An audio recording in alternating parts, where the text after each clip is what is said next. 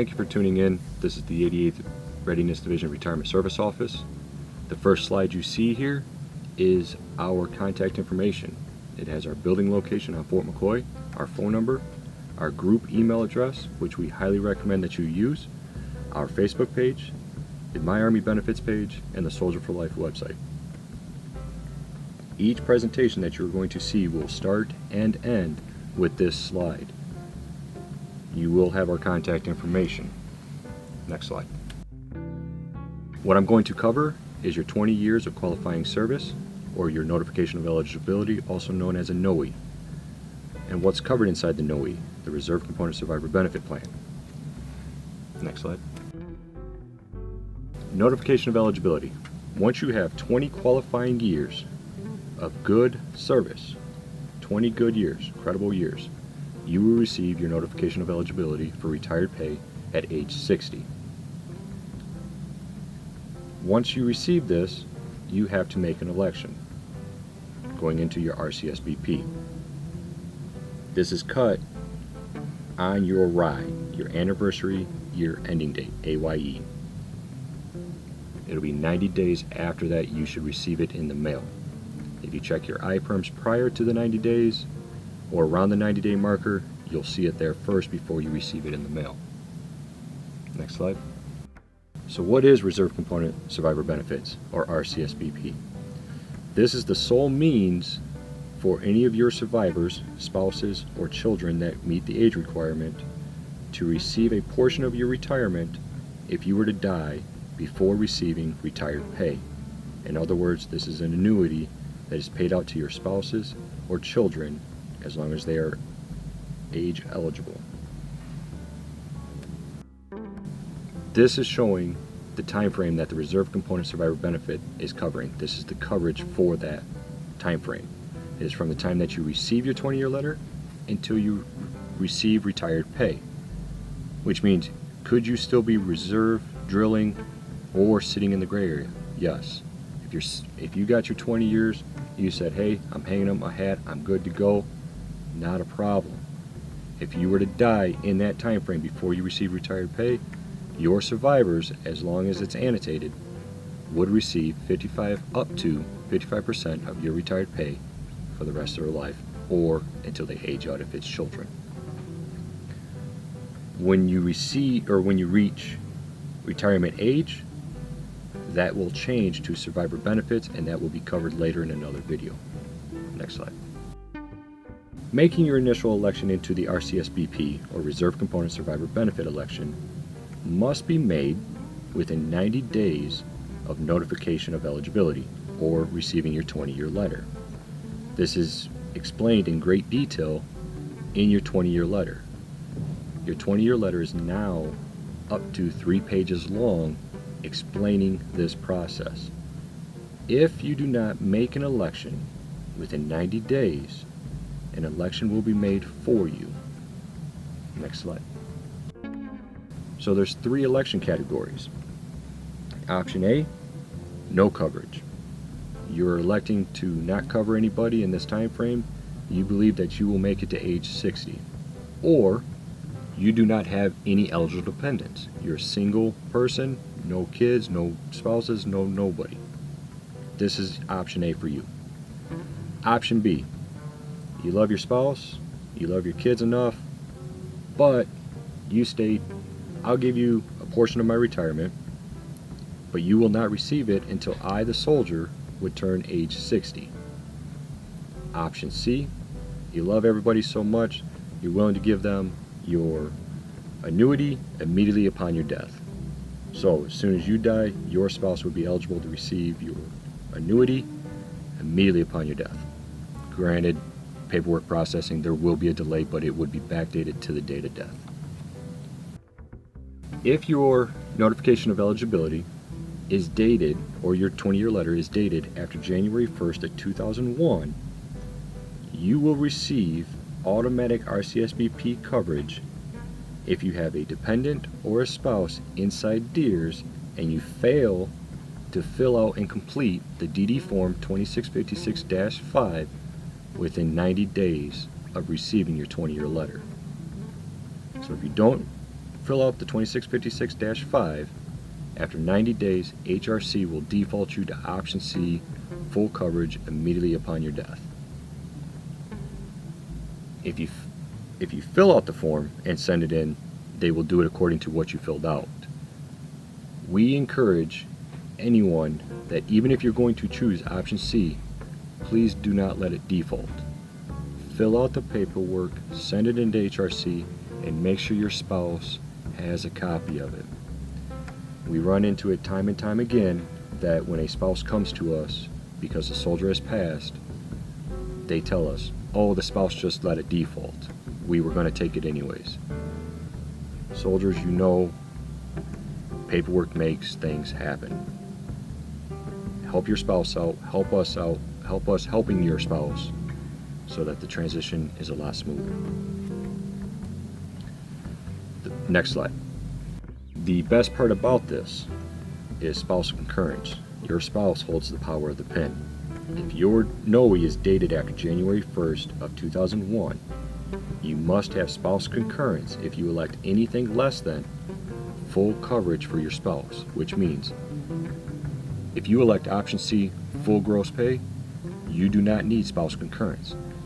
If you elect option C and then elect a less amount of retired pay, you need spousal concurrence. If you elect option B or option A, you need spousal concurrence if you have a spouse. Next slide. If you have no eligible dependents, you're not married, no children, no nothing, the only thing you could choose possibly for a cousin or someone else is insurable interest. I'll cover that here shortly on why you may not want to choose insurable interest. But if you have no eligible dependents, no children, no spouses, you cannot choose option B or option C. You are option A. Next slide. So, after you make the election A, B, or C, now you got 6 election categories. This is broken down to spouse only, spouse and child only, former spouse only, former spouse and child, and insurable interest. Next slide. So the spouse only option.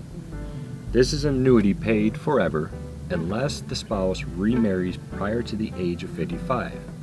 So for all the spouses that might be listening to this video, my advice to you is if your soldier dies and you happen to find another love of your life, you will date until you are 56.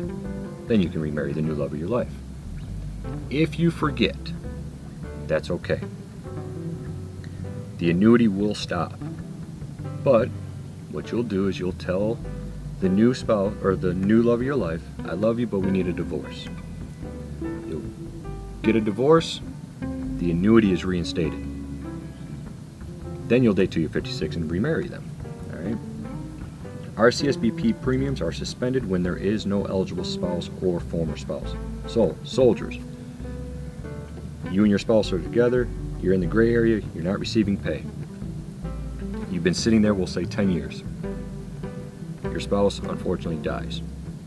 At that time, you will not be charged from the date of death of your spouse to whether or not you do get remarried or don't. You would only be charged for those 10 years. Next slide. Spouse and child only option. So the primary beneficiary is the spouse. The children are a secondary. In this option, the children are pennies on the dollar. All right. The spouse would be the primary beneficiary that would receive the annuity up to 55% of your retired pay for the rest of her life, going off the pre-marriage, 55, so on and so forth. Child cost is based off years of age difference between the soldier and the youngest child, but usually in this situation, because the child is guaranteed to age out, the children are pennies on the dollar. When no eligible children remain, child cost, SBP cost stops, but the RCSBP for the time frame that they were in will still be there, so you'll be paying on that. Next slide. Child only option. If you don't have a spouse and you only have children, this option is available to you. Children are eligible until 18 or 22 if they are a full-time student, or unmarried. Yeah, full-time student or unmarried. If the child is unmarried but in an incapacitated state, the child is eligible forever. You will need to make sure that DEERS has the appropriate documents, medical documents, to show that the child is in incapacitated state, which means that if you and your spouse were to die, your child could receive the annuity for the rest of their life with proper medical documentation, as long as the condition was incurred prior to 18 or 22, before they aged out. This cost is going to be a little higher than the spouse and child because this is strictly just for the children.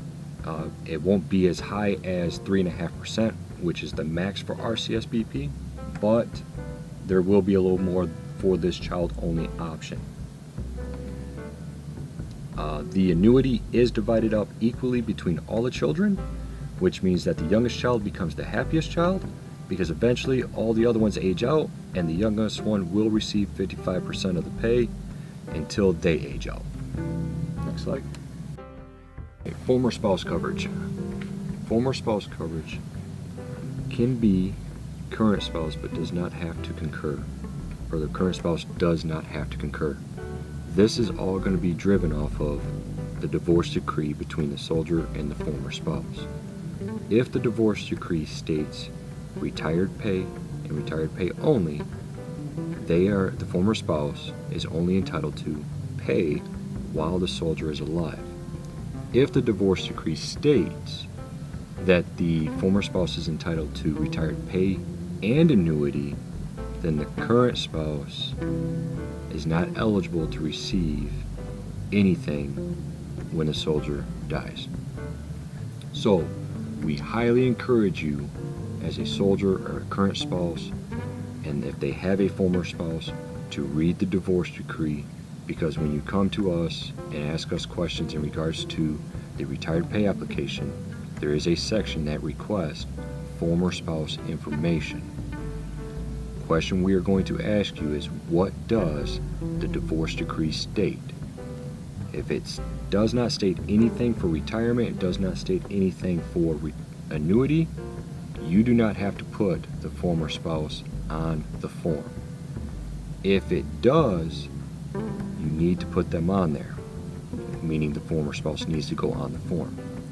If you do not, as you can see on the slide, it states, underlined, you could be held in contempt of court. Now, it is not the soldier's responsibility to contact DFAS or HRC for the former spouse and make sure that the pay account is set up. That is up to the former spouse to do on their own. Can you provide the former spouse with the appropriate point of contact information? Yes. We encourage you to do that if it is a mutual common, you guys have a common ground. Give them the information, that's all you need to do. Next slide.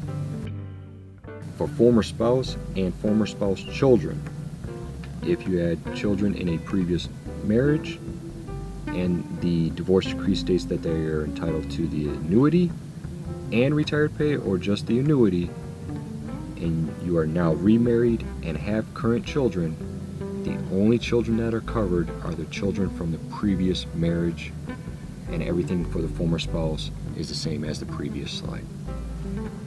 Next slide. Insurable interest option. We do not speak on this slide that much, but I'm going to break it down very quickly and state that if you do not have any eligible dependents, no spouse, no children, but you have your favorite niece or nephew or a cousin or someone that you would like to put in to receive your annuity when you die, you are more than welcome to use this option as insurable interest. But just know you will be giving up a maximum of 40% of your retired pay. I'm going to repeat that. You are willing to give up to 40% of your retired pay. That goes on top of taxes and any other deductions that you might be having come out of your retired pay. If you have a lot of questions in regards to the insurable interest option, please contact us from the information on the first slide or the last slide that you will see in this brief, so that we can go into great detail of this situation. People do choose it, but it's very rare because of the amount of money that you're going to pay into it. Next slide. So, you have chosen either option B or option C. If you've chosen option B, you needed spousal concurrence. If you've chosen option C and full gross pay, you're good to go. But let's talk about the level of coverage. How much can I leave my spouse when I die? Well, with B or C, you can choose anywhere from as low as $300 or as high as full gross pay. If you choose option C and anything less than full gross pay, you said it, you're going to need spousal concurrence. If you choose option B, you're already going into the spousal concurrence form, but you can choose in between 300 and 55% of your retired, or 300 and full gross pay, and they will receive 55% of that. So for the spouses that are out there, would you rather receive 55% of $300 or the full gross pay of what the soldier is receiving? Ask them that question, because you got to sign off on it. Next slide. So that is going to conclude this video. Once again, this video was to cover the 20-year letter, or notification of eligibility, also known as a NOE, and the reserve component survivor benefits. If you have further questions, comments, or concerns, you can contact us at the phone number listed on the slide. You can email us, which is highly encouraged. You can reach out to us by Facebook. You can also look at the Soldier for Life website for more information that breaks it down, or even the My Army Benefits website can help you calculate what an approximate cost would be for the reserve component survivor benefit election. The max they would charge you is 3.5% of your retired pay. That'll be shown more later in another video with calculations. Thank you.